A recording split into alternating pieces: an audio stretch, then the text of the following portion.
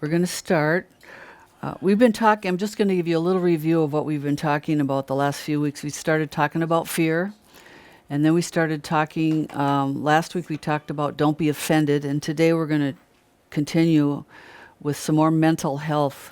A lot of the warnings that I've given you guys for the last 6 years, go back in the archives and you're going to see a lot of the things that we've talked about are here. And so now that some things are here, a lot of you have been prepared, and if you haven't been, please go back and listen to those. But we need to be prepared how to deal with our emotions, our feelings, our losses, as so many things have been taken away, the loss of fellowship. And so, but today, first of all, I'm just going to give you a quick warning. Stay out of being offended, because we all are tempted to be offended because we're all on different pages. We all have different beliefs. Some people where you're working, you're hearing just certain things, and other people are hearing other things.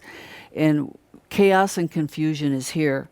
So purpose in your heart that you're not going to be offended, even if people don't agree. A lot of us are very strongly opinionated, and we found out other people are too. Well, you know what? You can't change people. Only God can. So we just have to love people where they're at, and hopefully they'll love us where we're at too. So Matthew 24:10 says, many shall be offended. This is a sign of the end times. You're going to see people offended. You go to the grocery store, and they show you offended looks. They stare at you. They're going to betray one another, and they shall hate one another. And to be offended, what happens, it actually severs your relationships. And it's not worth it. Step back and see the big agenda here. We want to talk about the big agenda here, not just the little things to distract us. What's really happening? What's happening around the world? This is a global governance. This is something that we've never experienced before. And in Revelation 6, I've been telling you all there, go there and see.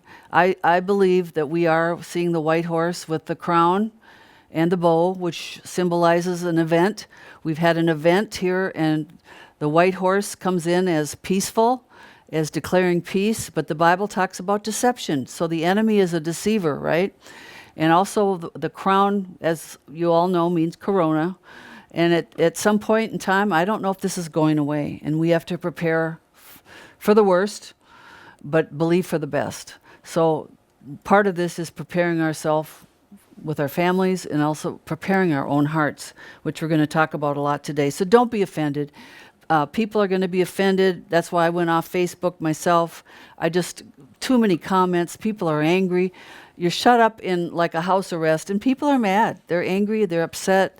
Some things get to open, some things don't. We have friends in Florida that told us the strip joints open, but the churches aren't. Now this is definitely, can you see what's essential and what's not, and what the system that's coming? The bars are open, but the churches aren't. So there's a whole lot of chaos and confusion.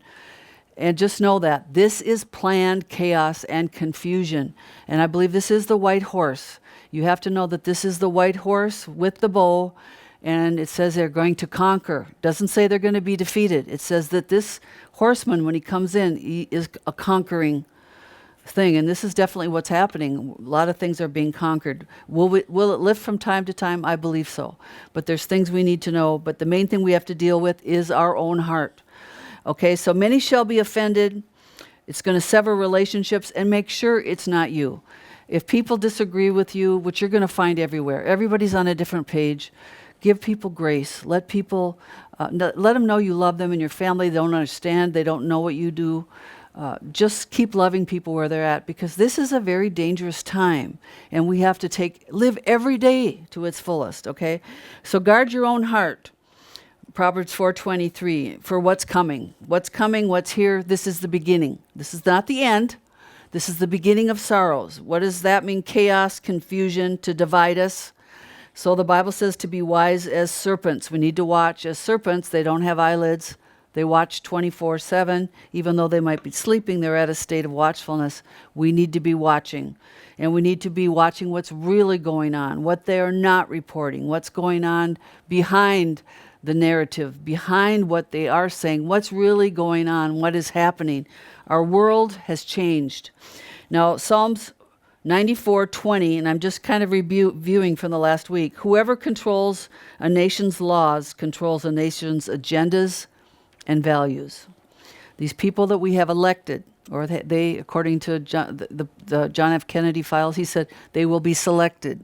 Are we at that state? Think of that. Are they selected for this time and this hour? They have agendas. What's an agenda? It's a plan. There's many, many agendas. Agenda 21. Some of these agendas are being put into place now. The balancing of nature, the carbon footprint. They think there's too many people on the earth. We've talked about that. Guidestones, different things. But Psalms 94:20 says the world will be changed. How is it changed? By the changing of the laws. The throne of iniquity frameth mischief by a law. All of a sudden, executive orders become laws. We're seeing them change daily now. And what does it say in Psalms 94? They condemn innocent blood. But the Bible says what? That they will be cut off. And this is the other thing. We win. No matter what happens, you have to know we have peace in knowing the gospel, that we win. But they had a phrase, the Nazis did, and I hate to use those words because then they put me on shadow banning, but I think this phrase is very important. They had a phrase which covered all abuses by the state. And you need to know this because this is part of what the agenda is to control your safety. Because they're going to tell you what safety is now. It's for your safety. All abuses by the state were covered by this one statement. It's for your safety. And what happened? A lot of their liberties got taken away. What happened? They couldn't fellowship. The churches were closed down for your safety. So we need to know history does repeat itself when we don't learn. And just a couple scriptures. Job 13:4 says, you are forgers of lies. Ye are all physicians of no value. Psalms 58:3, the wicked are estranged from the womb. They go astray as soon as they are born, speaking lies. 1 Timothy 6:20, O Timothy, keep that which is committed to thy trust, avoiding profane and vain babblings. Have you heard people on TV just babble? You're like, would you get to the point? Profane and vain babblings and oppositions of what? Science. Everything now, and a lot of the things that I've read because of what they've learned from trials of just doing the New World Order in different places, yes, and I don't want to go into detail, but they found out what worked and what didn't work. It was trial runs.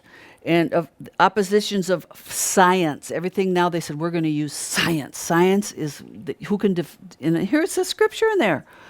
And in oppositions of science, falsely so-called. So what is that? Great pretenders of knowledge. False teachings, why they reject the Bible, how man was created, heaven and hell and everything else. So the Antichrist system is going to use science, falsely called. All of their data, all of their charts and all these different things. And a lot of us are finding out some of those things are very, very, inaccurate. But I do believe this is a preparation phase. Now, today I want to, just to continue on this last part of the review, 1 Corinthians 14:8 says, for if the trumpet give an uncertain sound, who shall prepare himself for battle? We're hearing so much doublespeak. We're hearing so much, one person says this, one person says that, one doctor says this, one governor says this. This is all chaos that's planned.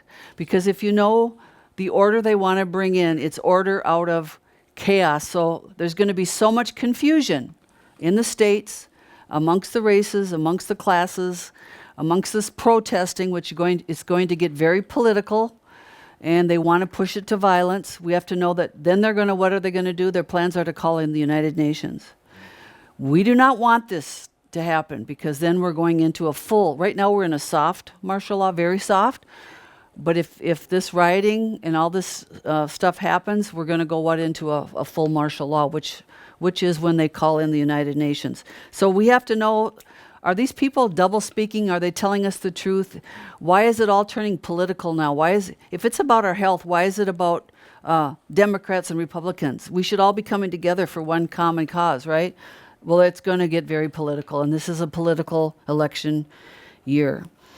So something I read from 2006 from my notes, it says, this is abundantly clear. The new order affects our lives. Because when I was preaching this 6 years ago, nobody wanted to hear this. Actually, it was more than 6 years ago now. But nobody wanted to hear this, including myself. I didn't want to hear this. But it says, this order will affect our lives. It's going to affect your future, the future of your children. It's going to affect many of the things within the borders of America, including new laws that are coming. Again, Psalms 94. Changes in the liberties of the people. Changes in religious freedom. This is a big attack on Christianity. This has never happened before, where liquor stores are open and churches are closed. Criminals are let out of jail. This has never happened before, where they let the criminals out of jail. We're in a new season, and it's an uncertain sound. I mean, they're like, why are they letting the criminals out? And why are they, all these different things I don't want to get into, but religious freedom and changing in the present tolerance towards Christianity.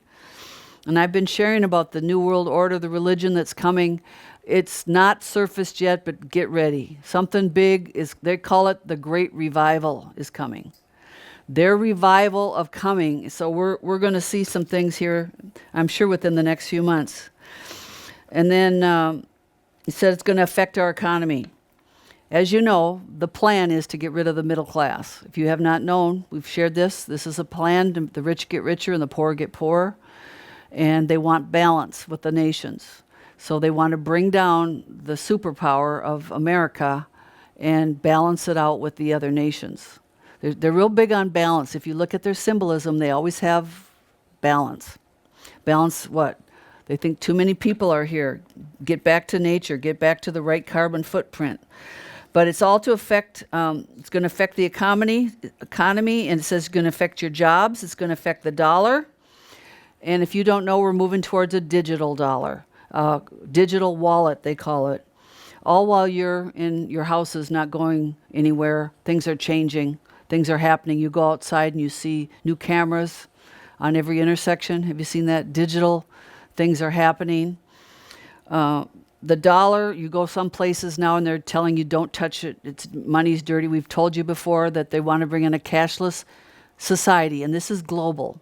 They will all have a digital dollar. So they're going to eventually eliminate cash and say that it's got the virus. You can't touch it. That's exactly what's happening right now in some of the stores we went to. People are so afraid.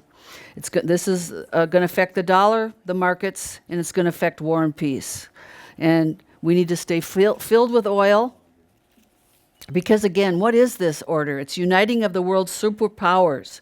The Bible in Revelations 6:15, they're the merchandisers, I can't even read my own, of labor, the merchandisers, the kings of the earth, the great men they call them, the rich men, the chief captains and the mighty men. These are the superpowers, what the Bible says.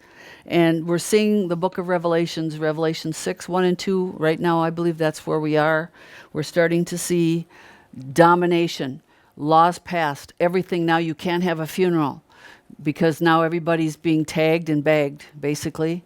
And it's hard to see that this may continue. To secure and maintain global peace, safety.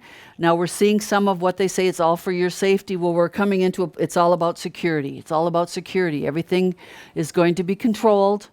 And it's very, very sad and depressing. And that's why today I want to talk about loss. How do we deal with the loss of freedoms? How do we deal with the loss of a job? How do we deal with some of these losses that we see and could continue in the future? So this is, watch out for the agendas. Step back from what you're hearing and what you're seeing and see the agendas. See the bigger picture of what the Bible says is coming.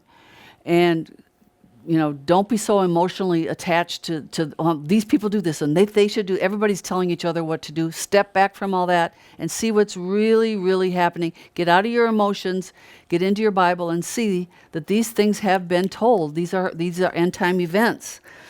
And you're going to see a lot of disorder.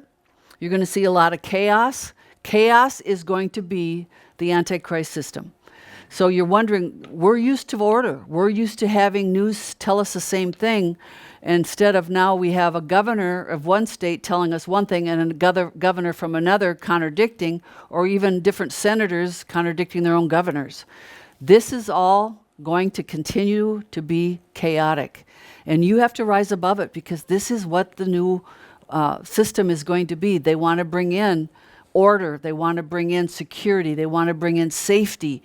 We know how to take care of ourselves, but this is going to be forced even more so upon us. So it's chaos and division, disorder and irregularities. God is not the author of confusion. So who is? The enemy wants us confused. Okay, that was all just kind of review. This is what I want to talk about today. We're going to talk about the loss of the familiar. Some of you have had a lot of losses in your life, to lose a parent, to lose a child, to lose a great friend. Those are terrible losses. And if we could, wouldn't we control that and stop it? But we can't control who lives and who dies. I used to think we could when we were back in those prayer movements and we had so much authority. We could boss God around and we could tell him, wow. Now they're seeing all that stuff is not really happening. We have very little control of what's happening, and a lot of these ministries are losing some of their so-called status because of the lies they've told. But loss is one of the companions we have throughout our whole life. Life is a mixture of pain and pleasure. Good things happen. When people get married, we get so excited, and we bring presents and flowers and food. But then when people die, we hate funerals. It's hard to celebrate a death. It's hard to, it's going to get harder, because if everyone's got this virus, they're going to say they all have to be cremated now. And you can see that happening. It happened with Tim's dad, his friend. You can't see these people. They got to go through their cars down the town, right? Main Street. Stood on the sidewalk, and that was it. Off to be cremated. And wow, this is so hard on us relatives to see our grandparents die and you can't be with them, or your parents, some of you are still blessed to have parents. But these kind of things now we got to face. So how do we deal with it? How do we deal with loss? How do we deal with things are changing? The familiar, just to be able to get up and go and do certain things where everything's closed. You drive downtown, everything looks like a morgue. Some places are reopening to some extent, but I'm telling you, this fall, they're already telling you it's coming back worse and a vengeance. Who knows? But I'm just saying, we need to prepare our own heart for things we can't control, because a lot of this is out of our control. We've never been taught how to handle the losses of life. Whoever taught you how to deal and mourn when someone dies? They didn't know how either. That's why they didn't train you. You don't learn it in churches. In churches, they tell you don't mourn. You have no right mourning. You should be rejoicing. Well, in the Old Testament, they mourned. God let them. There was a season of mourning. And you need to learn how to grieve, and you need to learn how to let yourself face these situations, deal with them. I remember when I didn't think I was going to be able to see my granddaughter, and I was just like, this is a habit I have. It's familiar. Every so often, this is what we do. This is what we do. And all of a sudden, that was just taken away. And can you go to state to state? What's going to happen? There's so many things that our emotions have not caught up with. And one day I was like, I'm so sad. Why am I sad? I'm grieving. We're all grieving. You're grieving whether you think you are or not, because the familiar that we have known has been taken away from us overnight, just like boom. And I had my granddaughter talk to me, and she said, I said, what? She had like a whole list. I miss this cousin, I miss that cousin, and I miss Papa, and I miss you, and she was a little social butterfly that went to everybody's all the time. And this is like unbelievable for someone that's 7.5. They miss the familiar. They miss grandma. They miss, seeing them. And now you can only see your grandparents through a glass, and some not even at that point. It's going to affect us. And to me, I'm a person that likes fellowship. I like to listen to what God's telling to other people. What are you learning? Are you seeing this? Because we balance each other out. None of us know it all. We only see through a glass darkly, the Bible says. Tim goes, I don't like that verse. Yeah, we like to have the full light on, but we don't know at this point. We only see, and sometimes this Revelation 6:1 verse, it came alive when this started happening. It was just like I've never knew what the white horse meant, or what the crown meant, or what the authority and the dominion it was going to have, until we started seeing, wow, this is changing laws. This is changing the way we live. This is changing everything. Closing down some businesses, and some are said are essential, some are not. Who's making these decisions of you can go to the bar, but you can't go to... Who's making these decisions? This is traumatizing for many people. So what happens whenever you get attached to something and that attachment is broken, there's going to be a loss. So if we're connected through fellowship and now we can't see each other, that attachment's broken, we're grieving, we're missing each other. God created us to fellowship. Yes, that's good. So loss, you no longer have something. Or that loss could be a loss of income. You're used to going to a job and now you have to stay home. It's going to affect you. It's going to affect you mentally. How do you deal with it? We're going to get into some of that. Loss of jobs, loss of fellowship. Some are losing their health. The older that you get, you tend to lose different things. You lose your hearing, you lose your sight. Some people lose their hair. Some people grow more, like Tim. But just to lighten you up. Things happen. In Hebrews 10:25, it says, do not forsake the assembling of yourselves together. That's a Christian principle. We need to assemble to what? To be nurtured, to fellowship with, to sharpen each other. Well, this person doesn't agree with me, but I want to hear where they're coming from. We need that. Whether you don't like it or not, you still need to hear the opinions of other people, because then maybe later on you can think, maybe that is true. Maybe I am wrong. We need that fellowship. That's what it does. Otherwise, we kind of all think we're little Hitlers in ourselves. We all know everything. We're also, this is what I know, and this is. But when you hear somebody else's point of view, you're like, wow, that's true too. Maybe there are two sides. Maybe that is another way of seeing things. So we need that. But now we don't have that. We don't have that emotional intimacy that God created us to have.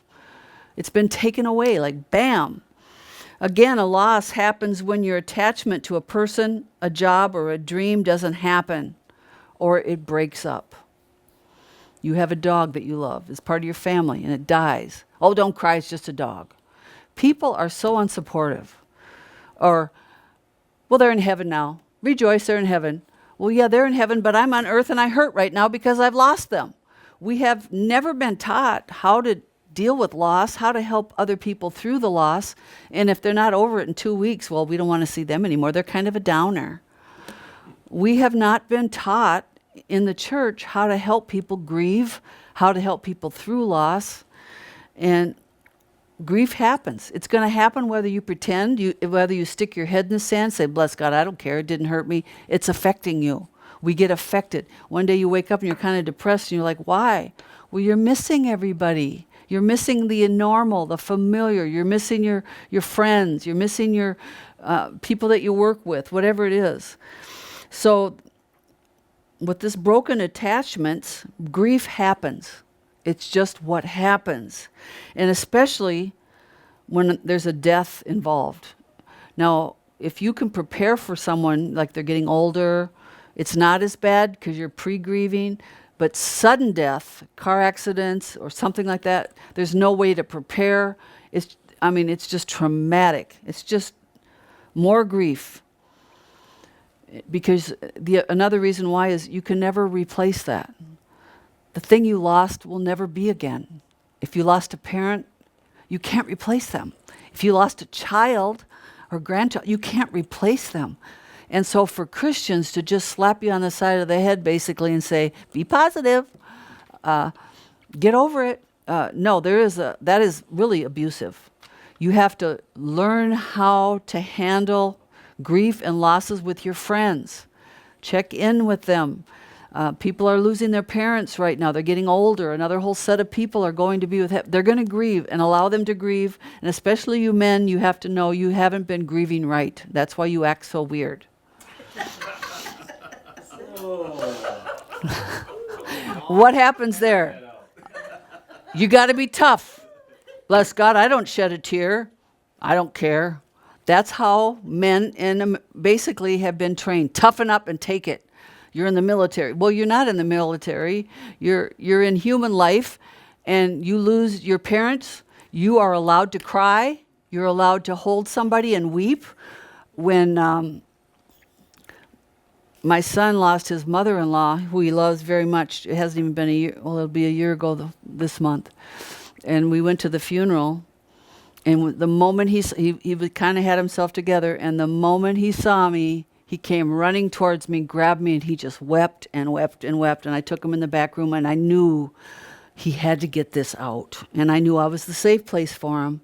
And that's what we have to teach men. It's okay to weep when you need to get that release, because tears are the gift of God. You don't have to pretend it didn't bother you.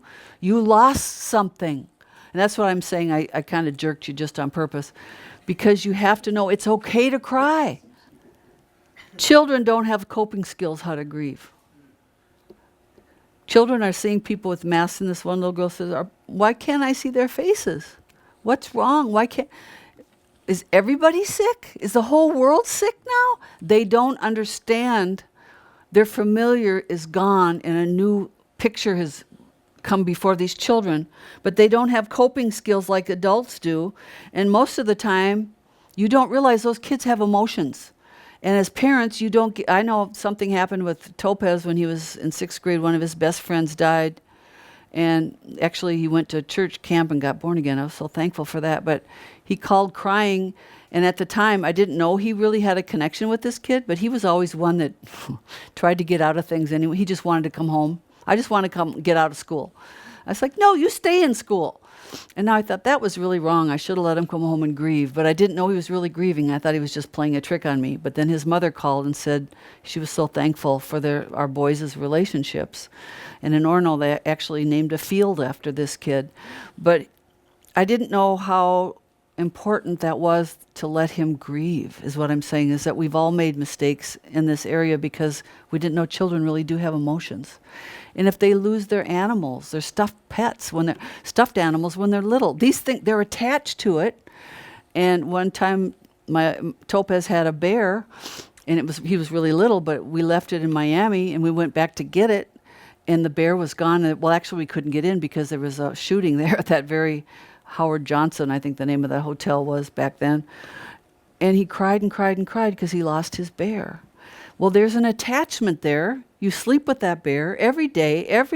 You see it, you play with it, and now it's gone.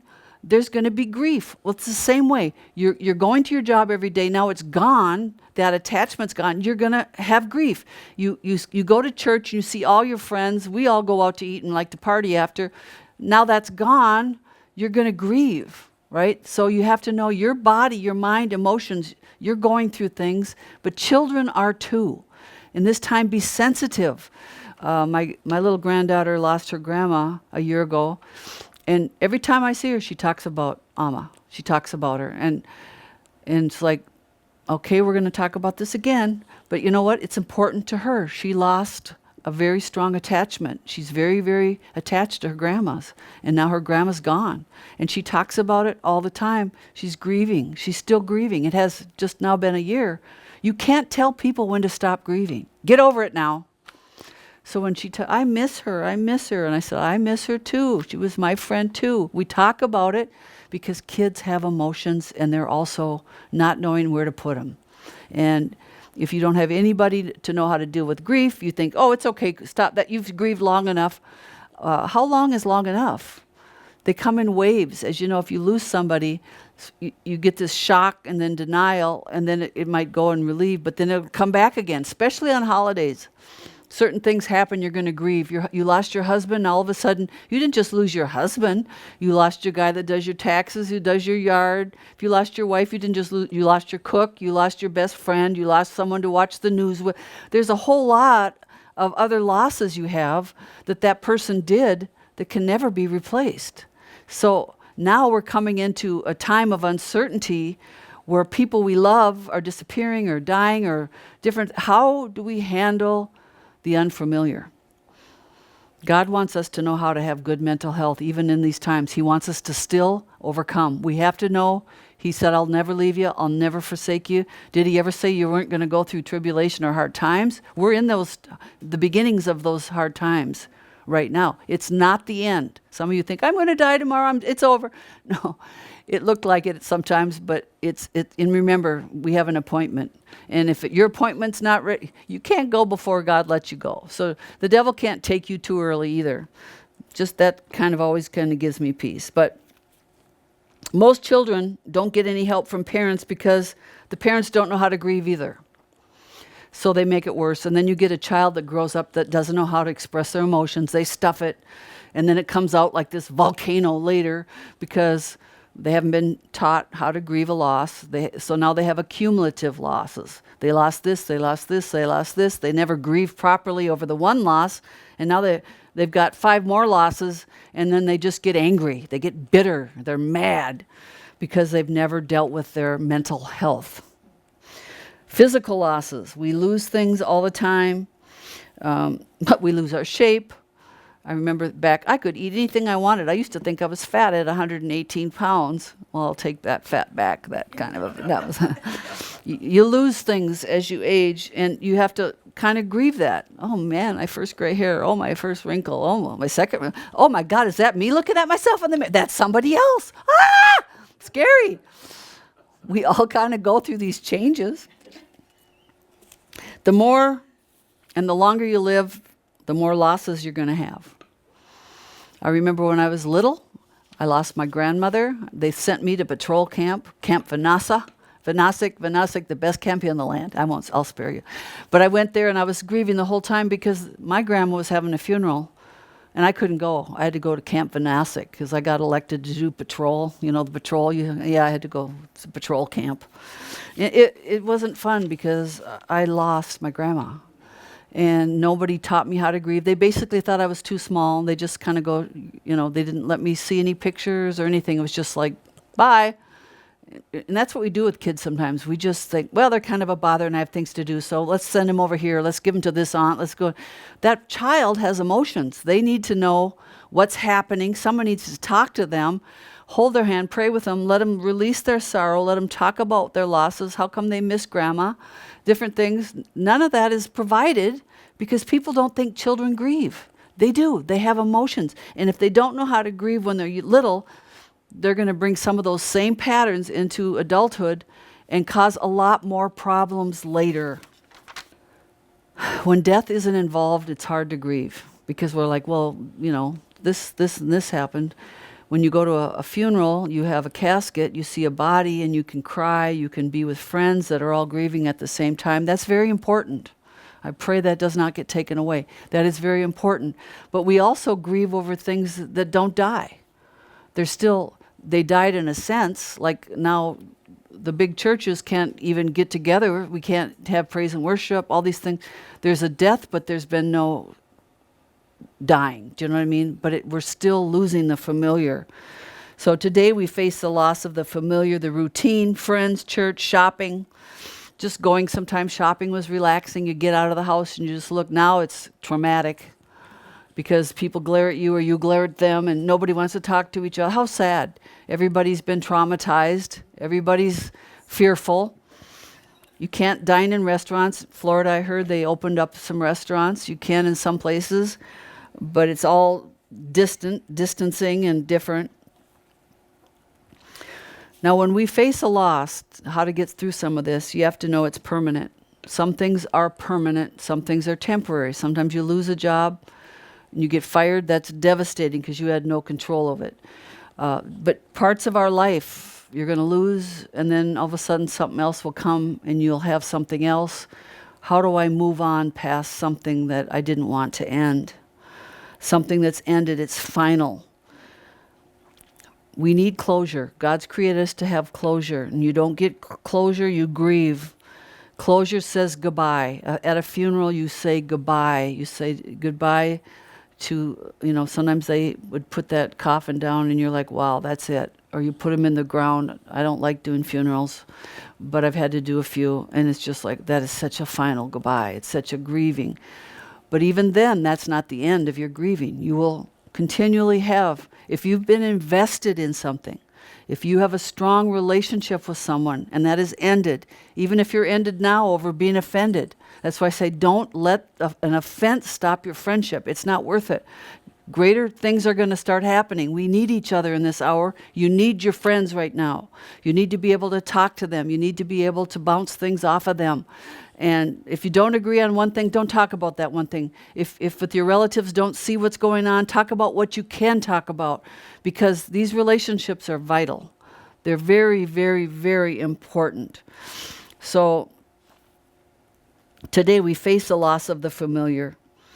You all know that too well. But when something is lost forever, it's final. You have to say goodbye. Church has never taught us how to say goodbye. We've always been told that grieving isn't faith, and you're weak if you cry. And I want to tell you, tears are God's gift to you. Because tears, when you have that emotion of tears, there are no words you can say. And it's releasing the part of pain in your heart without words. So regardless of, men can't cry, little boys can't cry. They've been taught by their mothers mostly, don't cry over that, don't cry over that, suck it up, take it like a man. And there are wimpy guys, okay? I'm not going to that extreme. But the balance of how God created you to have emotions, to know how to deal with your emotions, how to deal with loss, how to grieve, how to allow yourself to say goodbye in a healthy way, saying goodbye to certain things, certain freedoms that we thought we had. I'm telling you, the big picture, some of these things will never return. And we have to grieve them. We have to grieve them. And I said to Tim, what if the days we're seeing right now are the good days? What if this is the beginning of things really getting worse? Live your life today. Live every moment of today. Do what you can do. Get outside. Do what you want as far as you can. Live your life today. Instead of being stressed out and mad about everything, try to enjoy it. Try to do, it's summertime here now. We've been in the house forever. If you have a balcony or a patio, get outside. Do what you can. Enjoy your life. Because we have to look to the God of comfort. 2 Corinthians 1, 3 through 11, we're not going to get there. But he is the God of comfort. We have to look to the God of comfort. Grief, it means to mourn. Through grief, we express our feelings about what we lost. Feeling sadness, fear, anger, self-pity, bitterness, shock, helplessness. People are facing these right now. You go down the road and you're driving and people are just furious. They're angry. They're driving really fast. Why? They're mad. They don't have a job. They're losing their house. They're losing their rent. They can't pay their rent. They're just going through a lot of traumatic feelings right now. We have to know people are going through a lot. Don't be angry at them on top of that, because that's not going to help. It's not going to help you and it's not going to help them. Through grief, we protest the loss. We don't want to lose that. I remember when someone came over to my house and told me your dad died, I was like, because I knew he was at that, I wanted to be with him. I wasn't with him. I didn't even get to talk to him the day before. What if? I should have been, you go through all of this stuff in your head.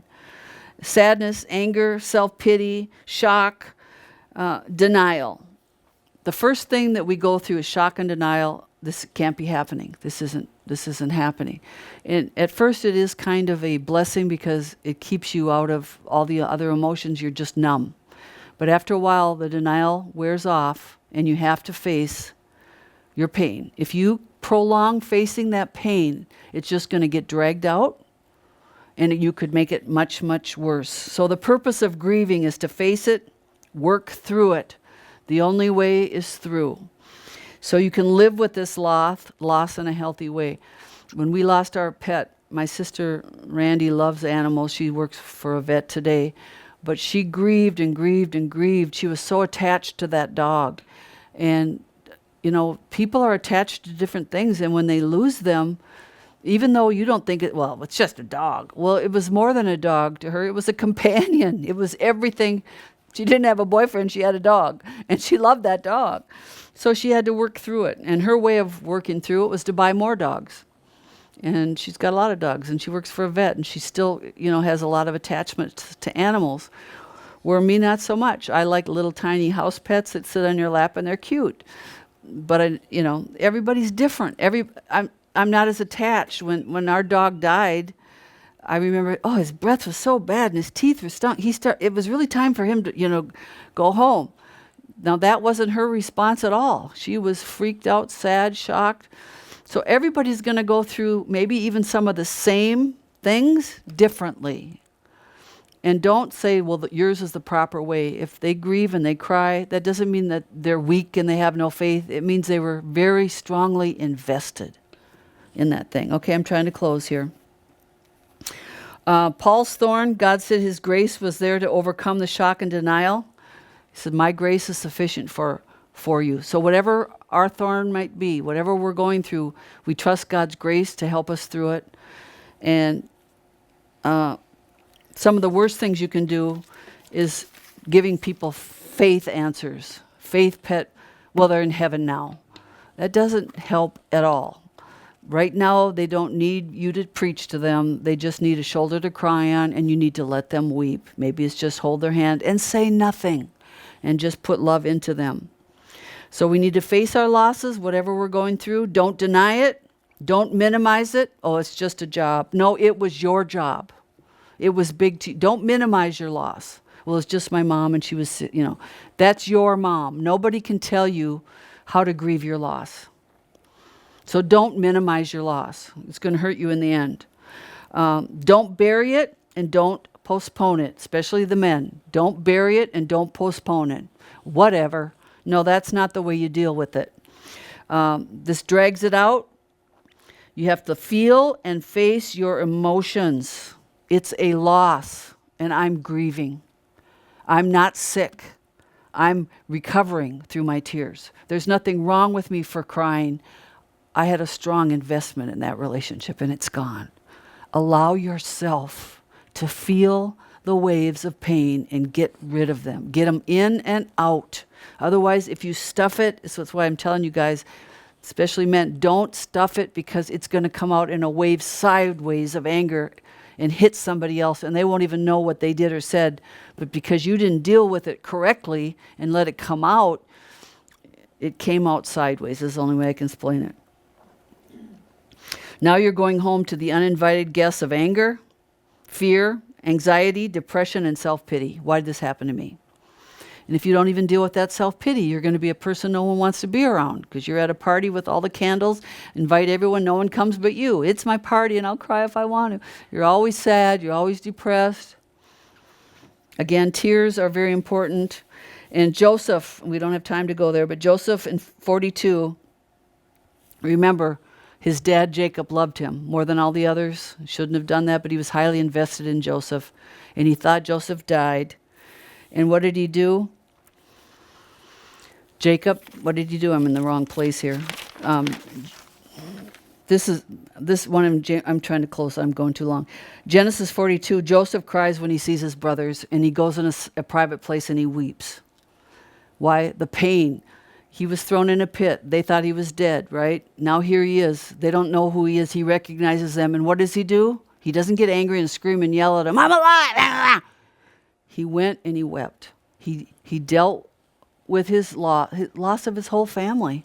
So he wept over there. And then in Genesis 37:35, Jacob mourns over Joseph. This is what I meant to say before. Jacob mourns over Joseph.